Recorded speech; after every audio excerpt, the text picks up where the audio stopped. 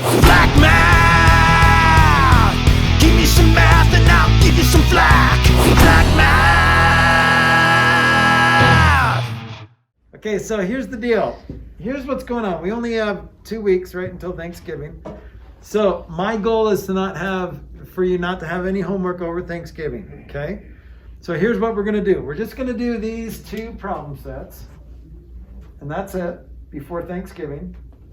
This practice test is technically not due until next Thursday night, but if you do it by Thursday, you get 10 points extra credit. That's a letter grade. Wait, next, like This coming in 2 days. Yeah. So if you do your practice test by Thursday, Has there always been 5 extra credit points? it has always been 5. So because you get 5 points if you bring it to class and then we review it together and I give you all the answers.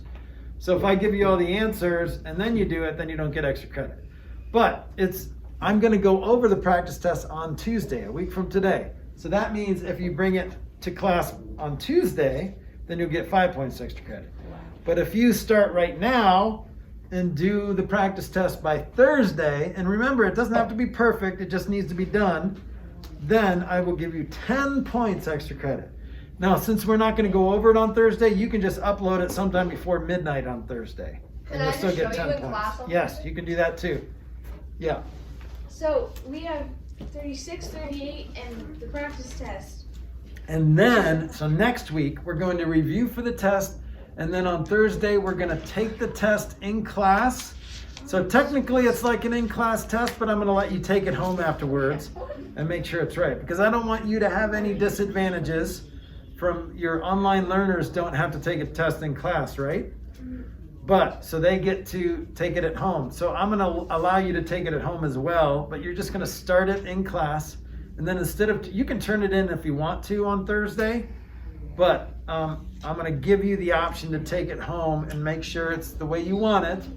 Check your answers and everything like that, and then you can upload it Thursday before midnight when it's due, okay?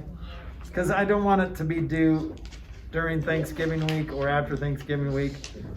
But if you want to turn it in a little late, you can, I guess, because I usually stick to Tuesdays for. But I don't want you to have to do homework during Thanksgiving break. Okay? Sound good? You guys understand the plan? Yeah. All right. And then after Thanksgiving, we just have 3 more weeks, 6 more days, and then we have Christmas break. So, lesson 35. We are moving on to lesson 35, and we are going to add, subtract, multiply, and divide decimals. Okay? Just a review. So we're going to add, subtract, multiply, divide decimals, or decimal numbers, right? Okay, so how do you add decimals? What's the rule? I think it's something with the point. I think. Well, how do you add normal numbers? I know it. Yeah, how do you add normal numbers, Grady? Normal numbers, you just set it up. So it's like, say that those were whole numbers, like, say that it was 36 plus 36 plus 36. Uh-huh. You would just line them up. So it's Okay, like so you line them up by place value, right? So how do you add decimals? What Grady? you have to line up the decimals. Yep, And because if you have spots that don't have numbers, then you just put in a 0. here's what happens, guys. When you line up the decimals, you are lining up by place value. See how the ones are still there, right in the right spot. But it's not like you're doing right justified normal numbers, because that's where the decimal is on the end. So you see how you're still lining up decimals even with whole numbers. Okay? So now we can add these. What does that become? 0 plus 6 plus 0 is 6. 6 plus 3 is 9. 6 plus 3 is 9. Is that what you guys got? 39.96. Okay, so line up the decimals, no problem. Same thing with subtraction. Let's subtract this. Subtract these 2 numbers. Well, first of all, whenever you have a addition or subtraction problem horizontally, that's dumb. So rewrite it. Rewrite it. And so this is what it'll look like. It'll say minus 4.567. Well, just don't do that. Just subtract it here. So I'm going to line up the decimals. And then like Grady said, I need to add zeros because in your mind, when you do this really quick, what would you put there? 7. Yeah, which is wrong, right? So don't forget you're subtracting 7 from nothing. What's the word for nothing in math? 0. 0. So we need to add those zeros there. This makes it a very different answer. Because remember, subtraction is not reversible. You can't say 7 minus 0. It's got to be 0 minus 7. Well, you can't subtract 0 minus 7, so what do? Borrow. So that's 2. So this becomes what? 299? If you borrow one, no. If you borrow 1, then that adds 10 to there, and then you borrow from there, adds 10 to there. So there's our problem. 3. So 3, and you can't subtract 2 minus 5. So borrow from 2. Ooh, this is a mess. I hate it when there's a bunch of zeros, don't you, when you're borrowing? I think it's Annoying. really fun to do it. It's weird. All right. like You you have just nothing like the to do. challenge, don't you? Yes, I do like the challenge. All right. Is that good? Does that sound right? Does that look right? Well, how do you check to make sure it's right? You just add it. Hunter?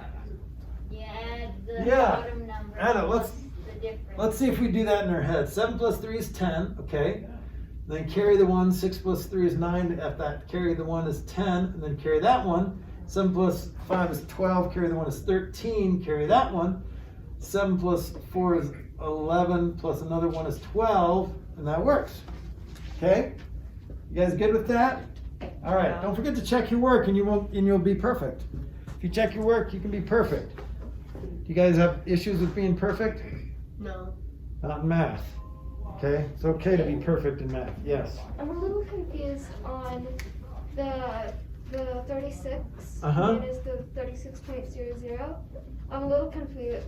I'm a little confused on how it turned out to be like 39.96. So I lined up the decimals and I added. So it might be easier if I just put zeros in empty spots here. I got a little confused because that looked like a kind of a wimpy 4, the plus. You look like a wimpy fool. Okay, so now, need to rub it in. so this is why it's helpful to put in zeros when there's empty spaces, but as long as you're lining up the decimals, so 0 plus 6 plus 0 is 6, 6 plus 3 is 9, and look, 3 plus 0 plus 6 is 9. So if you look at just the numbers, this is like 3-ish, right? Plus 36-ish is 39-ish, plus another fraction of a number. So that's why it got up to 39. Yeah, because I was a little confused why it was like blank and how it got to 9. So Yeah. it's easier just to put zeros. Yeah, put those zeros, even in, I used to teach, only when you're subtracting do you need to really put zeros in. But I think it'll be helpful if you put zeros in addition problems too, okay? All right, let's do multiplication. This is the weird one. As fast as you can, tell me what this is. You ready? You sure? You ready? No. All right, let me see. So 0.2 times 0.3. What, as fast as you can. Kiara, 0.6. what'd you get? 0.05. Or What'd no, you get? 0.06. That's what I meant. 0.06, yeah. What'd you get, Hunter? 0.06. Okay, now why? Don't you just line up the decimals? Nope. No, how do you multiply decimals? You make them into Fancier decimals. Okay, so this seems weird to me. So what's the rule, Grady or Hunter? However many places over the decimal is, so that on the 2 it'd be 1, and on the 3 it'd be 1. So once you get your final answer, you go from right to left, and you go however many spots. It's like 1, 2, and then you put the decimal there. Yep, so 1 decimal place plus 1 decimal place is 2 decimal places.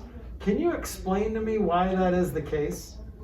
Math is weird. Because that is a weird rule. Don't you think that's a weird rule? There are a lot of things in math that just are weird and dumb. Well, and they're hard to remember if they're weird. But if you understand why, then they're easier to remember. Can anyone explain to me why? Anybody explain to me why? It's math. It's okay if you can't. I'm going to explain it to you, and you're going to love it. It looks nicer. So if I wrote this as a fraction, how do you write 0.2 as a fraction? Oh. 2/10 Oh, same. times 3/10. So what happens with these denominators? It turns. You're multiplying by another decimal places, and so what happens when you multiply 10 times 10? You just add zeros. Lots of zeros. So adding a zero means adding a decimal place.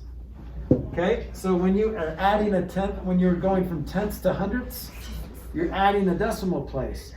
So when you add more zeros on that denominator, you're going more to the right.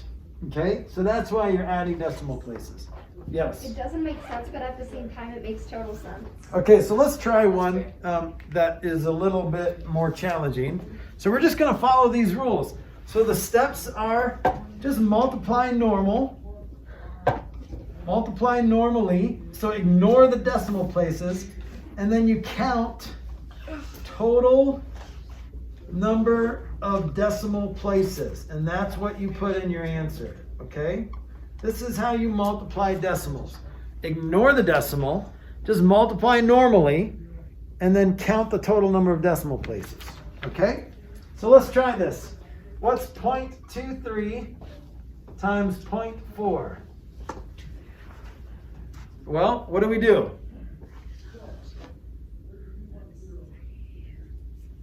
Grady, what do you do? What to do or the answer? Or do you have the answer? Yeah. What is it? 0.012. Or 0.0, no, wait, 0.09, 0.092. 0.092. Okay. What'd you get, Grace? Did you have your hand raised? Okay, well, let's just multiply normally. What's 3 times 4? 12. 12. Where do I put the 12? 2 underneath and the one above. Good. All right, 2 times 4 is 8. Add the 1 is 9. So, how many decimal places does the answer need to have? 3. 3, because look, there's 2 here, and you can do this on the side if you want with your pencil lightly. And there's 1 decimal there. 2 plus 1 is 3. So here's what I'm going to do. I'm going to go over 3 places. 1, 2, you're out of digits, so what do you do? Add a 0. So this is 0.092. Awesome. Good job. Now, if you did this fraction way, it'd be 23 hundredths times 4 tenths, right? So on the bottom, you have 23 hundredths times 4 tenths. What's your denominator going to be? 1,000. So you're going to have thousandths. Remember, thousandths has to end in the 3rd decimal place over. Okay? That's not bad, right? So if you forget the rule, you can just try it as a fraction really quick to figure out your denominator. That's going to tell you where to put the decimal place.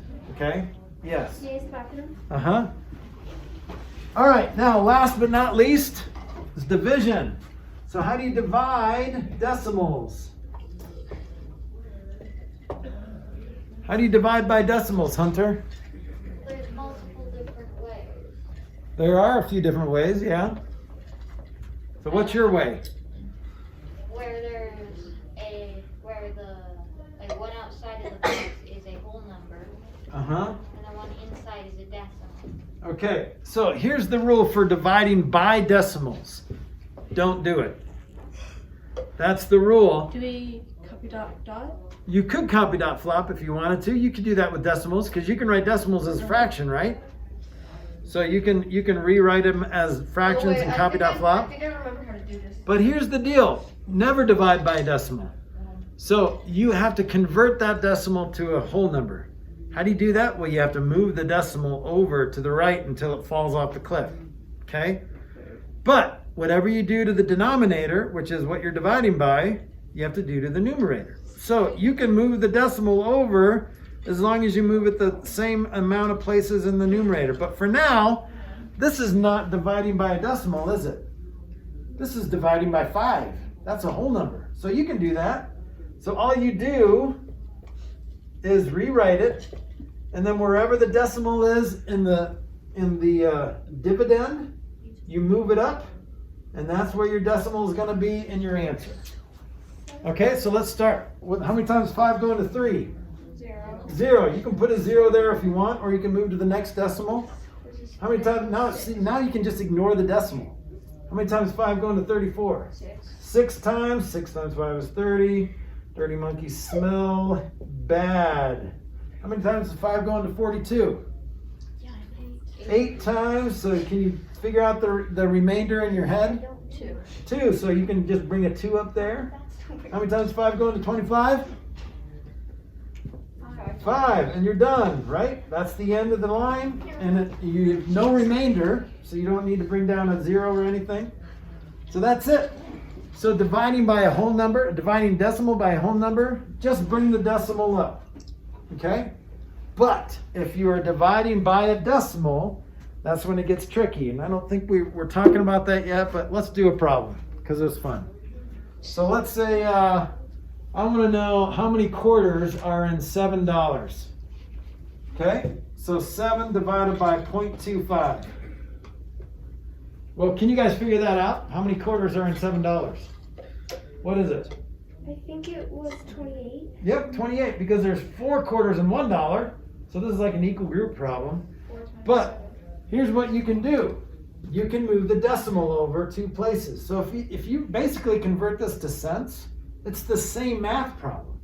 So instead of saying how many quarters are in $7, you can say how many quarters are in 700 cents. All right? Well, let's do this. And people are gonna look like you uneducated. So if you bring that decimal over, that's okay. Because look at this. This is like a fraction, right? 7 divided by 0.25. Well, remember the golden rule for fractions? Whatever you do to the denominator, do to the top. Well, how do you turn that into a whole number? If I multiply by 100, that'll bring that over, right? Because that's what multiplying by 100 does. It moves the decimal over 2 places. So whatever you do to the bottom, do to the top. That's the golden rule. So this becomes, where's the decimal in this 7? Where's the decimal in this number? After. It's right there. So bring it over 2 places. There's no digit. So what do?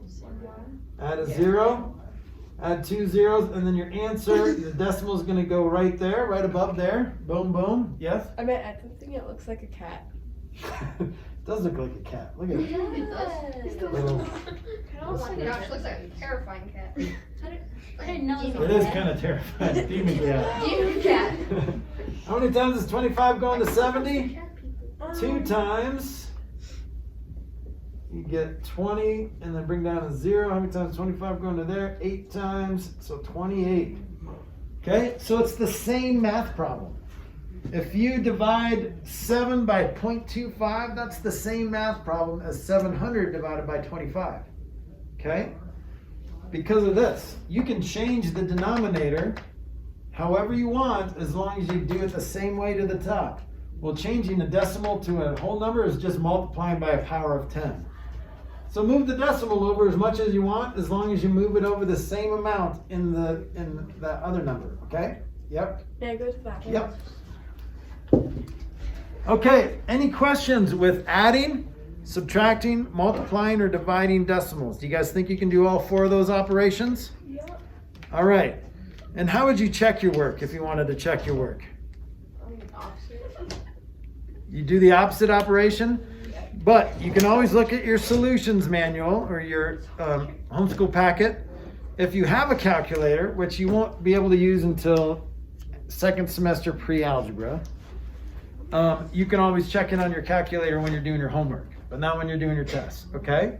So you can use a calculator if you want to check, but don't use it because these are the skills I want you to practice. So if you're doing it on a Wait, are we allowed calculator, to use our calculators for only grading? on your homework, only to check, okay? Wait, couldn't you use the answer keys? Yeah, and you can check it in your answer key too, but it might be a good way that's a quick and easy way to check your math if you're using a calculator, okay? But only use a calculator checking your work on your homework, not on your tests, okay? I got a calculator from the dollar store, so it barely works. Oh my gosh. But that kind of stuff works on that The crappy $1 calculator. graphing calculator. Crappy calculator is awesome. You know, it gets the job done. Yes. Flack math. Give me some math and I'll give you some flack.